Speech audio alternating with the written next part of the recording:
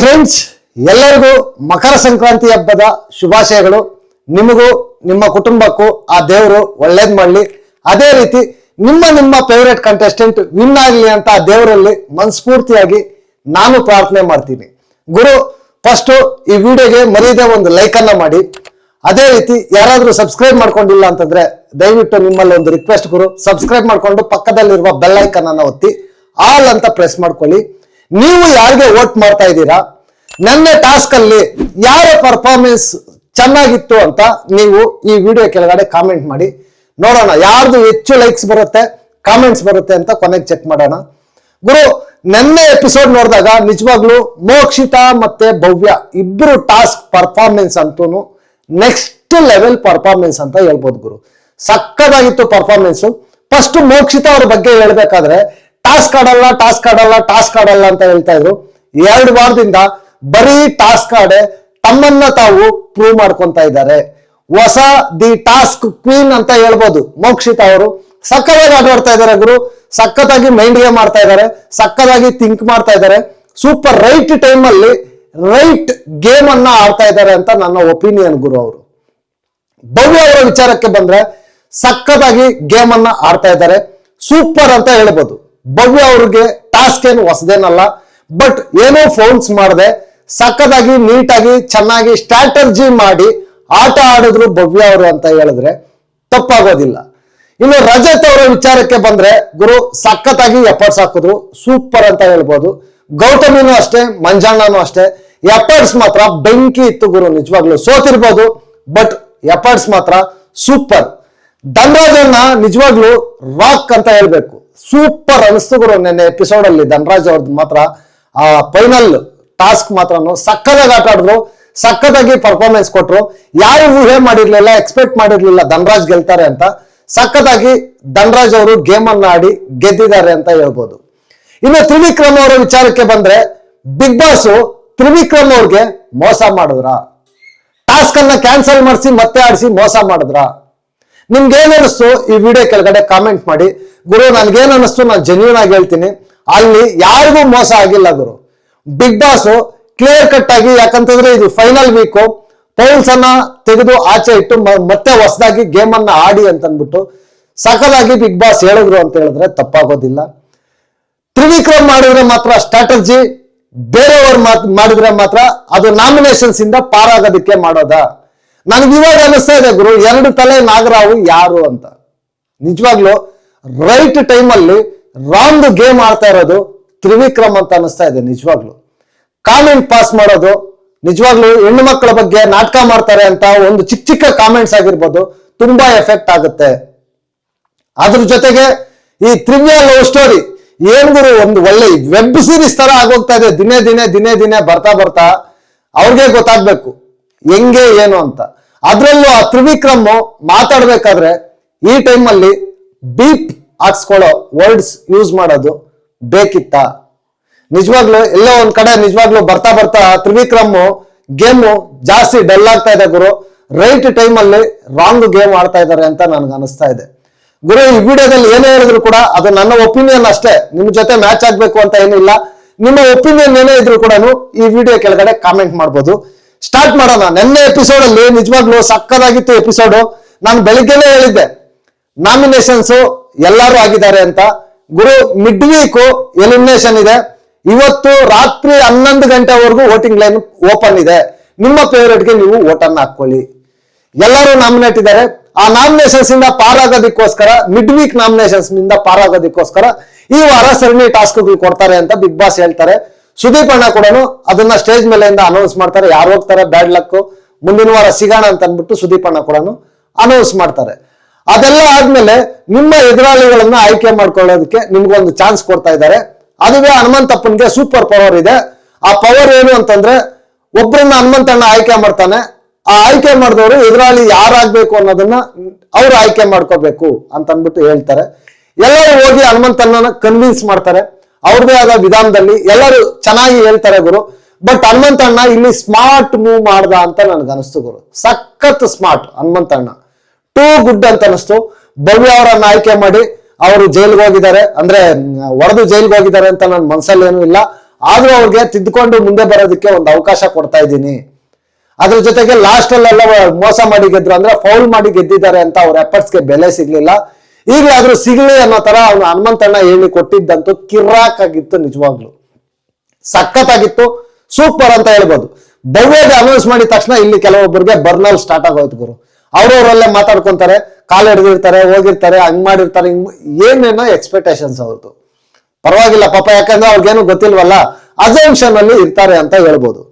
ಅದೆಲ್ಲ ಆದ್ಮೇಲೆ next task start ಆಗುತ್ತೆ. ಆ ಟಾಸ್ಕ್ ಏನು ಅಂತಂದ್ರೆ ಏರಿ ಮೇಲೇರಿ. ಗುರು ಈ ಟಾಸ್ಕ್ ನೋಡೋದಕ್ಕೆ ಸಿಂಪಲ್, ಬಟ್ ಆಡೋಕ್ ಮಾತ್ರ ಸಖತ್ ಕಷ್ಟ ಇರುತ್ತೆ. ಒಂಥರ ಈ ಜಾರೆ ಇದಿರುತ್ತಲ್ವಾ, ಮಕ್ಕಳಾಡೋದು, ಜಾರೋದು ಬಂಡಿ, ಆ ಟೈಪ್ ಅಲ್ಲಿಗೆ ಈ ತರ ಇರುತ್ತೆ. ಎಣ್ಣೆ ಕಾಲಲ್ಲಿ ತುಳ್ಕೊಂಡು ಅದ್ರ ಮೇಲೆ ಹಗ್ಗ ಇಟ್ಕೊಂಡು ಹತ್ಬೇಕಂದ್ರೆ ಸ್ಲಿಪ್ ಆಗ್ತಾ ಇರ್ತಾರೆ, ಕೆಳಗಡೆ ಬೀಳ್ತಾ ಇರ್ತಾರೆ. ಅಲ್ಲಿ ಕೆಲವೊಂದು ಅಲ್ಲಿಗೆ ಪೀಸ್ಗಳನ್ನ ಇಟ್ಟಿರ್ತಾರೆ, ಅದನ್ನ ತಗೊಬಂದು ಯಾರನ್ನ ಇವ್ರು ಔಟ್ ಮಾಡ್ಬೇಕು ಅಂತ ಇರ್ತಾರೋ ಅವ್ರ ಬುಟ್ಟಿಯಲ್ಲಿ ಹಾಕ್ಬೇಕಾಗಿರುತ್ತೆ. ತುಂಬಾ ಟಫ್ ಗೇಮು. ಈ ಗೇಮ್ ಅಲ್ಲಿ ಭವ್ಯ ಬಂದು ಗೌತಮಿ ಅವ್ರನ್ನ, ರಜತ್ ಅವ್ರನ್ನ, ಮೋಕ್ಷಿತ್ ಅವ್ರನ್ನ ಅಪೋನೆಂಟ್ ಆಗಿ ಆಯ್ಕೆ ಮಾಡ್ಕೊಂತಾರೆ. ಯಾವಾಗ ಅಪೋನೆಂಟ್ ಆಗಿ ಆಯ್ಕೆ ಮಾಡ್ಕೊಂತಾರೋ ಅಲ್ಲಿ ತ್ರಿವಿಕ್ರಮ್ ಅವ್ರು ಸ್ವಲ್ಪ ಬೇಜಾರಾಗ್ತಾರೆ ಗುರು. ಅವರನ್ನ ಆಯ್ಕೆ ಮಾಡ್ಕೋಬೇಕಾಗಿತ್ತು, ಅವಕಾಶ ಕೊಡ್ಬೇಕಾಗಿತ್ತು ಅಂತ ಬೇಜಾರ್ ಮಾಡ್ಕೊಂತಾರೆ.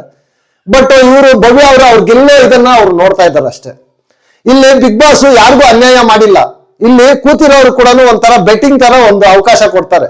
ಅಂದ್ರೆ ಪ್ರಿಡಿಕ್ಷನ್ ಮಾಡ್ಬೇಕು, ಯಾರು ಗೆಲ್ತಾರೆ ಫಸ್ಟೇ ಪ್ರಿಡಿಕ್ಷನ್ ಮಾಡಿ ಆ ಲಕೋಟೆನಲ್ಲಿ ಬರೆದ್ರೆ ಅವ್ರಿಗೂ ಪಾಯಿಂಟ್ಸ್ ಕೊಡ್ತೀನಿ ಅಂತ ಹೇಳ್ತಾರೆ. ಬಟ್ ಇವರು ತಲೆ ಓಡಿಸಿ ಚೆನ್ನಾಗಿ ಮಾಡ್ಬೇಕಾಗಿತ್ತು, ಥಿಂಕ್ ಮಾಡ್ಬೇಕಾಗಿತ್ತು. ಅಲ್ಲಿ ವೇಟ್ ಇರೋರು ಬ್ಯಾಲೆನ್ಸ್ ಮಾಡಕ್ಕಾಗಲ್ಲ ಅಂತ ಅಂದ್ಬಿಟ್ಟು ಕರೆಕ್ಟ್ ಆಗಿ ಥಿಂಕ್ ಮಾಡಿದಿದ್ರೆ ಚೆನ್ನಾಗಿರ್ತಾ ಇತ್ತು. ಇವರೆಲ್ಲ ಮಾಡಿದ್ದು ಎಲ್ಲ ಭವ್ಯ ಹೆಸರು, ರಜತ್ ಹೆಸರು ಬರೆದು ಕಳ್ಕೊಂಡ್ರಷ್ಟೇ. ಫಸ್ಟ್ ರೌಂಡ್ ಅಲ್ಲಿ ಗೌತಮಿ ಅವರು ಔಟ್ ಆಗ್ತಾರೆ. ಗುರು ಗೌತಮಿ ಅವರು ಕೂಡ ಸೂಪರ್ ಆಗಿ ಎಫರ್ಟ್ಸ್ ಆಗ್ತಾರೆ, ಆದ್ರೂ ಅವ್ರದಲ್ಲಿ ಜಾಸ್ತಿ ಇರುತ್ತೆ, ಅವ್ರು ಔಟ್ ಆಗ್ತಾರೆ. ಯಾವಾಗ ಗೌತಮಿ ಅವರು ಔಟ್ ಆಗ್ತಾರೋ ಇಲ್ಲಿ ಒಳಗಡೆ ತ್ರಿವಿಕ್ರಮ್ ಬಂದು ಆಲ್ರೆಡಿ ಸ್ಟಾರ್ಟ್ ಮಾಡಿರ್ತಾರೆ, ರಜತ್ ಹೆಸರು ಬರ್ದಿರ್ತಾರೆ. ಅದಕ್ಕೆ ಬಂದು ನೀನು ಮೋಕ್ಷಿ ಹತ್ರ ಹೋಗಿ ಮಾತಾಡ್ಕೊಬಿಟ್ಟು ಭವ್ಯನ ಔಟ್ ಮಾಡ್ಬಿಟ್ಟು ನೀವಿಬ್ರು ಫೈನಲ್ ಆಡ್ಕೊಳ್ರಿ ಅನ್ನೋ ತರ ಹೇಳ್ತಾರೆ. ಬಟ್ ಅಷ್ಟೊತ್ತಿಗೆ ಅಲ್ಲಿ ಅವ್ರೇನ್ ಮಾಡ್ತಾರೆ, ಇದನ್ನ ವಿಕ್ಕಿ ಮಾತಾಡೋದು ಕೇಳಿಸ್ಕೊಂಡು ಅಲ್ಲಿ ಭವ್ಯ ಮತ್ತೆ ಮೋಕ್ಷಿತ ಇಬ್ರು ಕಾಂಬೋ ಮಾತ್ರ ಸಕ್ಕದಾಗಿ ವರ್ಕ್ ಆಗ್ತಾ ಇದೆ ಗುರು. ಇವ್ರು ಫಸ್ಟ್ ಇಂದ ಇದ್ದಿದ್ರೆ ಚೆನ್ನಾಗಿರ್ತಾ ಇತ್ತು ಟಾಸ್ಕ್ಗಳಲ್ಲಿ ಅಂತ ನನಗೆ ಅನಿಸ್ತಾ ಇದೆ. ಈಗ ಸೂಪರ್ ಆಗಿ ಇದ್ ಮಾಡಿದ್ರು, ಹೋದ್ರು, ರಜತ್ನ ತೆಗೆದ್ರು ಆಚೆ. ರಜತ್ ಯಾವಾಗ ಆಚೆ ತೆಗೆದ್ರು, ಈ ಕಡೆ ಈಗ ರಜತ್ಗೂ ಬೇಜಾರಾಗೋಯ್ತು, ಈ ಕಡೆ ತ್ರಿವಿಕ್ರಮ್ಗೂ ಬೇಜಾರಾಗೋಯ್ತು. ಇಬ್ರು ಬರ್ನಲ್ಗಳು ಇಟ್ಕೊಂಡ್ರು. ಏನು ಬೇಕು ಗುರು, ಲಾಸ್ಟ್ ಮೂಮೆಂಟ್ ಅಲ್ಲಿ ಸುಮ್ಮನೆ ಟಾಸ್ಕ್ ಆಡಿ. ಇವಾಗ ಒಂದು ಟಾಸ್ಕ್ ಗೆದ್ದುಬಿಟ್ಟು ಏನು ಕಪ್ ಗೆದ್ಕೊಳಕ್ ಆಗಲ್ಲ, ಈಗ ಮುಗಿದೋಗಿದೆ. ಇನ್ನೇನಿದ್ರು ಕೂತ್ಕೊಂಡಿದ್ರು ಸಾಕು ಗುರು. ವ್ಯಕ್ತಿತ್ವ ಇಂಪಾರ್ಟೆಂಟ್ ಈಗ, ಅವ್ರ ಮಾತು ಇಂಪಾರ್ಟೆಂಟ್ ಈಗ, ಬಿಹೇವಿಯರ್ ಇಂಪಾರ್ಟೆಂಟ್ ಈಗ, ಟಾಸ್ಕ್ ಅಲ್ಲ ಇಂಪಾರ್ಟೆಂಟ್. ಇವಾಗ ಒಬ್ರಿಗೆ ಯಾರಿಗಾದ್ರೂ ಒಬ್ರಿಗೆ ವಾರ ಪೂರ್ತಿ ಟಾಸ್ಕ್ ಗೆದ್ಬಿಡ್ತಾರೆ ಅಂತ ಇಟ್ಕೊಳ್ಳಿ, ಕಪ್ ಕೊಟ್ಬಿಡ್ತಾರ? ಯೋಚನೆ ಮಾಡ್ಬೇಕು ಏನು ಅಂತ. ಸುದೀಪ್ ಅಣ್ಣ ಅಷ್ಟೇ ಹೋಗಿದ್ದಾರೆ, ವ್ಯಕ್ತಿತ್ವ ಇಂಪಾರ್ಟೆಂಟ್ ಅಂತ. ಮತ್ತೆ ಬಂದು ಅದೇ ತರ ಮಾಡಿದ್ರೆ ಏನು ಮಾಡಕ್ಕಾಗಲ್ಲ. ಫೈನಲ್ ರೌಂಡ್ ಭವ್ಯ ಮತ್ತೆ ಈ ಕಡೆ ಮೋಕ್ಷಿತ ಇಬ್ರು ಆಡ್ತಾರೆ. ಸೂಪರ್ ಎಫರ್ಟ್ಸ್ ಗುರು. ಬೆಳ್ಳುಗಳೆಲ್ಲ ಗಾಯ ಆಗಿ, ಇಂಜುರಿ ಆಗಿ, ಟೇಪ್ ಹಾಕೊಂಡು, ಬ್ಯಾಂಡೇಜ್ ಹಾಕೊಂಡು ಆಡ್ತಾರೆ. ನಿಜವಾಗ್ಲು ಆ ಇಬ್ರು ಹೆಣ್ಣು ಮಕ್ಕಳಿಗೆ ಒಂದು ಹ್ಯಾಟ್ಸ್ ಅಪ್. ರಜತ್ಗೆ ಕರ್ಮ ರಿಟರ್ನ್ಸ್ ಅಂತ ಹೇಳ್ತೀನಿ. ಯಾಕೆ ಅಂತಂದ್ರೆ ಮನೆ ಹೆಣ್ಣು ಮಕ್ಕಳನ್ನೆಲ್ಲ ಆಚೆ ಹಾಕಿದ್ರು, ಇವಾಗ ಅದೇ ಹೆಣ್ಣು ಮಕ್ಕಳು ಸೇರ್ಕೊಂಡು ರಜತ್ನ ಆಚೆ ಹಾಕಿದ್ರು. ಸಿಂಪಲ್, ಮಾಡಿದ್ದುಣ್ಣೋ ಮಹಾರಾಯ ಅಲ್ವಾ? ಸಕಲಾಗಿದೆ ನೋಡಿ. ಎಲ್ಲ ಆದ್ಮೇಲಪ್ಪ ಅವ್ರಿಬ್ರದ್ದು ಟೈ ಆಗುತ್ತೆ, 15 ಇರುತ್ತೆ. ಮತ್ತೆ ಕೊನೆಗೆ ಟೈ ಬ್ರೇಕರ್ ಆಗಿ ಬಿಗ್ ಬಾಸ್ 5 ಇದು ಕೊಡ್ತಾರೆ. ಆ ಇದರಲ್ಲಿ ಫ್ರಾಕ್ಷನ್ ಆಫ್ ಸೆಕೆಂಡ್ಸು ಮೋಕ್ಷಿತ್ ಅವರು ಗೆಲ್ತಾರೆ. ಅಂದ್ರೆ ಇಬ್ಬರದು ಒಟ್ಟಿಗೆ ಬಾಸ್ಕೆಟ್ ಅಲ್ಲಿ ಬೀಳುತ್ತೆ. ಭವ್ಯ ಅವ್ರದ್ದು ನೀಟಾಗಿ ಬೀಳಲ್ಲ, ಇವ್ರದ್ದು ಕರೆಕ್ಟ್ ಆಗಿ ಬೀಳುತ್ತೆ, ಅಷ್ಟೇ ಆಗೋದು ಪ್ರಾಬ್ಲಮ್. ಇಲ್ಲಿ ಮೋಕ್ಷಿತ್ ಅವ್ರು ಗೆಲ್ತಾರೆ. ಇಲ್ಲಿ ಗೆದ್ದವ್ರಿಗೆ 100 ಪಾಯಿಂಟ್ಸು, ಸೆಕೆಂಡ್ ಗೆದ್ದವ್ರಿಗೆ 50, ಥರ್ಡ್ ಗೆದ್ದವ್ರಿಗೆ 75, ಲಾಸ್ಟ್ ಗೆದ್ದವ್ರಿಗೆ ಏನೂ ಇಲ್ಲ. ಅಲ್ಲಿ ಪ್ರಿಡಿಕ್ಷನ್ ಯಾರು ಮಾಡಿರ್ತಾರೆ ಅವರು ಎಲ್ಲ ಅವ್ರಿಗೂ ರೈಟ್ ಆಗಿದ್ದಿದ್ರೆ ಪಾಯಿಂಟ್ಸ್ ಕೊಟ್ಟಿರೋರು, 25 ಪಾಯಿಂಟ್ಸ್ ಏನೋ ಕೊಟ್ಟಿರೋರು ಬಿಗ್ ಬಾಸ್. ಈಗ ಅದೂ ಇಲ್ಲ ನೋಡಿ ಹೆಂಗಿದೆ ಅಂತ ಅಲ್ವಾ? ಅವ್ರು ರಾಂಗ್ ಪ್ರಿಡಿಕ್ಷನ್ ಮಾಡಿದ್ರು, ಹೋಯ್ತು. ಎರಡನೇ ರೌಂಡು ಗೇಮ್ ಸ್ಟಾರ್ಟ್ ಆಗುತ್ತೆ. ಬಂದು ಇಲ್ಲಿ ಸ್ಟಾರ್ಟ್ ಆಗೋಕ್ಕೂ ಮೊದಲು ರಜತ್ ಅವ್ರು ಬಂದು ಎಲ್ಲ ಕೇಳ್ತಾ ಇರ್ತಾರೆ. ಮೋಕ್ಷಿತ ಕರೆಕ್ಟಾಗಿ ಹೇಳ್ತಾರೆ, ನಾವೇನು ಮೋಸ ಮಾಡಿ ಆಡಿಲ್ವೇ, ಸ್ಟ್ರಾಟಜಿ ಮಾಡ್ಕೊಂಡು ಆಡಿದ್ದಾರೆ. ಗೇಮ್ ಗುರು, ಅಷ್ಟೇ ತಾನೆ. ಅವರೇ ಒಪ್ಕೋತಾ ಇದ್ದಾರೆ ಇದು ಗೇಮು ಅಂತ. ಮತ್ತೆ 2 ತಲೆ ನಾಗರಾವ್ ಥರ ಆಡಿದ್ರೆ ಬೇಜಾರು ಗುರು. ಇದು ಆಲ್ರೆಡಿ ನಾಮಿನೇಷನ್ಸ್ ಆಗಿಬಿಟ್ಟಿದ್ದಾರೆ. ಇದರಿಂದ ಸೇವ್ ಆಗೋದೇನಿಲ್ಲ, ಬರೀ ಮಿಡ್ ವೀಕಿಂದ ಸೇವ್ ಆಗೋದು ಮಾತ್ರ ಅಷ್ಟೇ. ನಾಮಿನೇಷನ್ಸ್ ಟಾಸ್ಕಲ್ಲಿ ಯಾರೇ ಮಾಡಿದ್ರು ಕೂಡ ಅದು ಮಿಸ್ಟೇಕೆ. ನಾನು ಇಲ್ಲ ಅಂತ ನಾನು ಹೇಳ್ತಾ ಇಲ್ಲ. ಮೊನ್ನೆ ತ್ರಿವಿಕ್ರಮ್ ಮಾಡಿದಾಗೂ ನಾನು ಮಿಸ್ಟೇಕೆ ಅಂತ ಹೇಳಿದ್ದೀನಿ. ಆದರೆ ಈಗ ಪ್ರಾಬ್ಲಮ್ ಏನಪ್ಪ ಅಂತಂದ್ರೆ ಇಲ್ಲಿ ಕ್ಲಿಯರ್ ಕಟ್ ಆಗಿ ಅವ್ರು ಹೇಳಿದ್ದಾರೆ, ಫಸ್ಟ್ ಇವ್ರ ಜೊತೆ ಮಾತ್ರ ಹೊಂದಾಣಿಕೆ ಮಾಡ್ಕೊಂಡ್ರೆ ಸರಿ, ಬೇರೆಯವ್ರ ಜೊತೆ ಹೊಂದಾಣಿಕೆ ಮಾಡ್ಕೊಂಡ್ರೆ ರಾಂಗಾ? ನೀವೇ ಹೇಳಿ ಅದು ಇವ್ರ ಜೊತೆ ಇದ್ರೆ ಓಕೆ, ಅವ್ರ ಜೊತೆ ಇಲ್ಲಾಂದ್ರೆ ಓಕೆ. ಮತ್ತೆ ಯಾವ್ದಾದನ್ನ ತಗೊಬರ್ತಾ ಇದ್ದಾರೆ. ಭವ್ಯ ಅವರು ಔಟ್ ಆಗ್ಬೇಕು ಅಂತ ಅಂದ್ಬಿಟ್ಟು ಫಿನಾಲೆಗೆ ಹೋಗ್ಬಾರ್ದು ಅಂತ ಹೆಸರು ತಗೊಂಡ್ರಿ, ಈಗ ಅವ್ರ ಜೊತೆನೆ ಸೇರ್ಕೊಂಡು ಆಟ ಆಡಿದ್ರಿ ಅಂತಂದ್ರೆ, ಈಗ ನೀವು ಮೊದಲನೇ ವಾರನೇ ಗೌತಮಿ ಹೋಗ್ಬೇಕು ಅಂತ ಹೇಳಿದ್ರಿ, ಈಗ ಗೌತಮಿ ಜೊತೆ ನೀವು ಆಟ ಆಡಲ್ವಾ? ಧನರಾಜ್ ಜೊತೆ ಆಟ ಆಡಲ್ವಾ? ಮಂಜಣ್ಣ ಜೊತೆ ಆಟ ಆಡಲ್ವಾ? ಗೇಮ್ ಸ್ವಾಮಿ. ನಾಮಿನೇಷನ್ಸ್ ಅದು ಅವರವರ ಸ್ಟ್ರಾಟಜಿ ಅಷ್ಟೇ, ಏನು ಮಾಡೋಕ್ಕಾಗಲ್ಲ. ಎಲ್ಲ ಆದ್ಮೇಲೆ ನೆಕ್ಸ್ಟ್ ಸೆಕೆಂಡ್ ಟಾಸ್ಕು ನಡೆಯುತ್ತೆ, ಚೀಲದ ಜೊತೆ ಚೆಲ್ಲಾಟ ಅಂತ. ಗುರು, ಈ ಟಾಸ್ಕ್ ಯಾವಾಗ ಕೊಟ್ಟರು ಕೂಡ ಸೂಪರ್ ಆಗಿರುತ್ತೆ.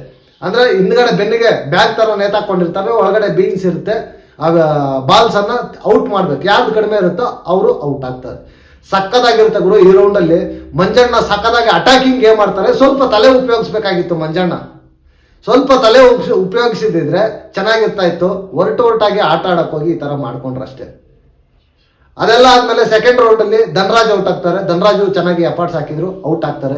ಇಲ್ಲಿ ಭವ್ಯ ಮತ್ತೆ ಮೋಕ್ಷಿತ ಇಬ್ಬರು ಎಫರ್ಟ್ ಇಲ್ಲದೆ ತಲೆ ಉಪಯೋಗಿಸಿ ಫೈನಲ್ ವರ್ಗೂ ಬರ್ತಾರೆ ಈ ಟಾಸ್ಕ್ ಅಲ್ಲಿ. ನೋಡಿ ಎಷ್ಟು ಚೆನ್ನಾಗಿದೆ ಅಂತ. ನಾವು ಆಡ್ತೀವ ಇಲ್ವಾ ಅನ್ನೋದೆಲ್ಲ ಇಂಪಾರ್ಟೆಂಟ್. ಈಗ ನಮ್ಗೆ ಬೇಕಾಗಿರೋದೇನೋ ಅಲ್ಲಿ ಪಾಯಿಂಟ್ಸ್ ಇಂಪಾರ್ಟೆಂಟ್. ಜಾಗ್ರತೆಯಿಂದ ಇಬ್ರು ಫೈನಲ್ ಬರ್ತಾರೆ. ಫೈನಲ್ ಅಲ್ಲಿ ಭವ್ಯ ಅವ್ರು ಗೆಲ್ತಾರೆ, ಮೋಕ್ಷಿತ ಅವರು ಸೋಲ್ತಾರೆ. ಇಲ್ಲಿ ಭವ್ಯ ಅವ್ರಿಗೆ 100, ಮೋಕ್ಷಿತ ಅವ್ರಿಗೆ 50, ಧನುಗೆ 25 ಅಂಕ ಸಿಗುತ್ತೆ. ಈ ಟಾಸ್ಕ್ ಎಲ್ಲ ಆದ್ಮೇಲೆ ನೆಕ್ಸ್ಟ್ ಸ್ಟಾರ್ಟ್ ಆಗುತ್ತೆ ಗುರು.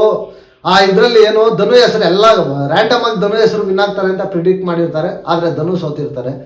ಭವ್ಯ ಯಾವಾಗ ಗೆಲ್ತಾಳೋ ಈ ಕಡೆ ತ್ರಿವಿಕ್ರಮ್ದು ವೆಬ್ ಸೀರೀಸ್ ಸ್ಟಾರ್ಟ್ ಆಗುತ್ತೆ. ನಿಜವಾಗ್ಲೂ ತ್ರಿವಿಕ್ರಮ್ ಯಾಕೋ ನಿಜವಾಗ್ಲೂ ರಾಂಗ್ ಟೈಮಲ್ಲಿ ರಾಂಗ್ ಗೇಮ್ ಮಾಡ್ತಾ ಇದ್ದಾರೆ ಗುರು. ಮನ್ಸಿಗೆ ತುಂಬಾ ಬೇಜಾರಾಗ್ತಾ ಇದೆ ನನಗೆ ಯಾಕೋ. ನಾನು ತ್ರಿವಿಕ್ರಮ್ ನಿಜವಾಗ್ಲೂ ಇನ್ನೂ ಜಾಸ್ತಿ ಎಕ್ಸ್ಪೆಕ್ಟ್ ಮಾಡಿದ್ದೆ, ಬಟ್ ಸುಮ್ಮನೆ ಎದ್ದೋಗ್ಬೇಕು. ತ್ರಿವಿಕ್ರಮ್ ಮಾತಾಡಿ ಡ್ಯಾಮೇಜ್ ಮಾಡ್ಕೊತಾ ಇದ್ದಾರೆ ಗುರು. ಒಂದು ವಿನ್ನರ್ಗಿರೋ ಕ್ವಾಲಿಟಿಗೆ ಈ ತರ ಮಾಡ್ಕೊಂಡ್ರೆ ಬೇಜಾರಾಗಲ್ವಾ? ಯಾರಿಗೆ ತಾನೇ ಬೇಜಾರಾಗಲ್ಲ ಹೇಳಿ ಅಲ್ವಾ? ಹೋಗ್ತಾರೆ ಅಲ್ಲಿ ಭವ್ಯ ಅವ್ರ ಜೊತೆ ಮಾತಾಡೋ ಮಾತುಗಳು, ಒಂದೊಂದು ಮಾತು ನಿಜವಾಗ್ಲು ಎಲ್ಲ ಹುಡುಗರೊಂಥರ ಹುಡುಗಿರೊಂಥರ, ನೀವು ಬಂದ್ರೆ ನಾಟಕ ಆಡ್ತೀರಾ, ವುಮೆನ್ ಕಾರ್ಡ್ ಪ್ಲೇ ಮಾಡ್ತೀರಾ, ಈ ಮಾತುಗಳೆಲ್ಲ ಏನಕ್ಕೆ ಗುರು? ನಿಜವಾಗ್ಲು ಯಾಕೋ ನನಗೂ ಜಾಸ್ತಿ ಮಾತಾಡೋದಕ್ಕೆ ಇದಾಗ್ತಾ ಇಲ್ಲ ಗುರು. ಇದನ್ನ ಆದಷ್ಟು ಕಡಿಮೆನೆ ಮಾತಾಡ್ತಾ ಇದ್ದೀನಿ ನಾನು, ಬೇಜಾರಾಗ್ತಾ ಇದೆ ನನಗೆ. ಅದೆಲ್ಲ ಆದ್ಮೇಲೆ ನೆಕ್ಸ್ಟು ನಾನು ಯಾರು ಗೇಮಿಂದ ತಗೊಳ್ಳಲ್ಲ ಅಂತ ಅಂದ್ಬಿಟ್ಟು ವಿಕ್ರಮ್ ಬೇಜಾರಾಗ್ತಾ ಇರ್ತಾರೆ. ನೆಕ್ಸ್ಟ್ ರೌಂಡ್ ಅಲ್ಲಿ ನಿಜವಾಗ್ಲೂ ಹಾವು ಕೋಲಿನ ಆಟ ಅಂತ ಅಂದ್ಬಿಟ್ಟು ಇದು ಕೊಡ್ತಾರೆ. ಭವ್ಯ ಅವ್ರು ಗೆದ್ದಿರೋದ್ರಿಂದ ಅವ್ರು ಚಾನ್ಸ್ ಕೊಡ್ತಾರೆ. ತ್ರಿವಿಕ್ರಮ್ನ ಆಯ್ಕೆ ಮಾಡ್ಕೊಂತಾರೆ, ಧನರಾಜ್ನ ಆಯ್ಕೆ ಮಾಡ್ಕೊಂತಾರೆ, ಮೋಕ್ಷಿತನ ಆಯ್ಕೆ ಮಾಡ್ಕೊಂತಾರೆ. ಇಲ್ಲಿ ಟಾಸ್ಕ್ ಮಾತ್ರ ಸೂಪರ್ ಆಗಿರುತ್ತೆ ಗುರು, ಬಟ್ ಅರ್ಥ ಮಾಡ್ಕೊಳ್ಳಲ್ಲ ಅಷ್ಟೇ. ಹನುಮಂತಣ್ಣ ಫೈನಲ್ಗೆ ಬಂದಿದ್ದಾನೆ, ಇನ್ನೂ ಟಾಸ್ಕ್ ಬಗ್ಗೆ ಕ್ಲಾರಿಟಿ ಇಲ್ಲ ಅಂತಂದ್ರೆ ಎಫೆಕ್ಟ್ ಆಗುತ್ತೆ ವಿನ್ನಿಂಗ್ಗೆ. ಕ್ಲೀನಾಗಿ ನೀಟಾಗಿ 1ಕ್ಕೆ 4 ಸಲ ಅರ್ಥ ಮಾಡ್ಕೋಬೇಕು ಹನುಮಂತಣ್ಣ. ಇಲ್ಲ ಅಂದ್ರೆ ವಿನ್ನರ್ ಅಂತ ಬಂದಾಗ ಪ್ರತಿಯೊಂದನ್ನು ಕ್ಯಾಲ್ಕುಲೇಟ್ ಮಾಡಿ ವೋಟ್ ಮಾಡ್ತಾರೆ. ಅರ್ಥ ಮಾಡ್ಕೊಳ್ಳಿ ನಾನು ಯಾಕೆ ಹೇಳ್ತಾ ಇದ್ದೀನಿ ಅಂತ. ಇವತ್ತಿಂದ ಆದ್ರೂ ಹನುಮಂತಣ್ಣ 1ಕ್ಕೆ 4 ಸಲ ಯೋಚನೆ ಮಾಡಿ ಆಟ ಆಡಬೇಕು, ಉಸ್ತುವಾರಿ ಮಾಡಬೇಕು. ಉಸ್ತುವಾರಿ ಅನ್ನೋದು ಭಾರಿ ಡೇಂಜರ್ ಗೇಮ್ ಆಡ್ಬಿಡ್ಬೋದು, ಬಟ್ ಉಸ್ತುವಾರಿ ಮಾಡೋದು ಕಷ್ಟ. ನೋಡೋಣ ಯಾವ ರೀತಿ ಮಾಡ್ತಾನೆ ಏನು ಅಂತ. ಹನುಮಂತಗೆ ಈ ವೀಕು ನಿಜವಾಗ್ಲು ನೋಡ್ಬೇಕು, ಇಲ್ಲ ಪ್ಲಸ್ ಆಗುತ್ತೆ ಇಲ್ಲ ಮೈನಸ್ ಆಗುತ್ತೆ, ಎರಡರಲ್ಲಿ ಒಂದಾಗುತ್ತೆ. ನಿಜವಾಗ್ಲು ನೋಡ್ಬೇಕು ಏನಾಗುತ್ತೆ ಅಂತ.